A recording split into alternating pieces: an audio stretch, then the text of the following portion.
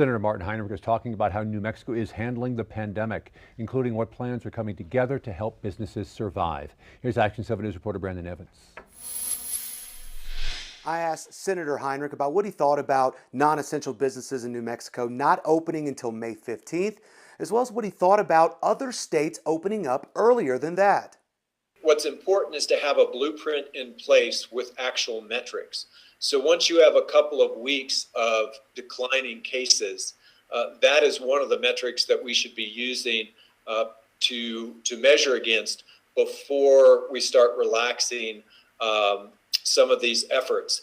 Still, he recognizes businesses and unemployed workers need help now, which is why he says he voted yesterday to approve $300 billion to refill the Paycheck Protection Program. So it also has $60 billion for the EIDL grants that are really focused at our smallest sort of mom and pop 4 or 5 person businesses. Those are incredibly important. He says states like New Mexico can't wait until the pandemic ends to have a long-term plan in place. I think we'll probably get to a vaccine and therapies faster than we have in the past, but it's just not a fast process to actually get a successful vaccine. So we have to manage this thing with testing in the meantime.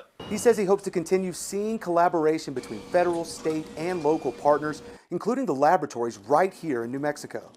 Heinrich says it's all hands on deck right now in New Mexico, and he's really proud to be a New Mexican, a state with only 2 million people, still one of 15 states with less than 80 COVID-19 related deaths.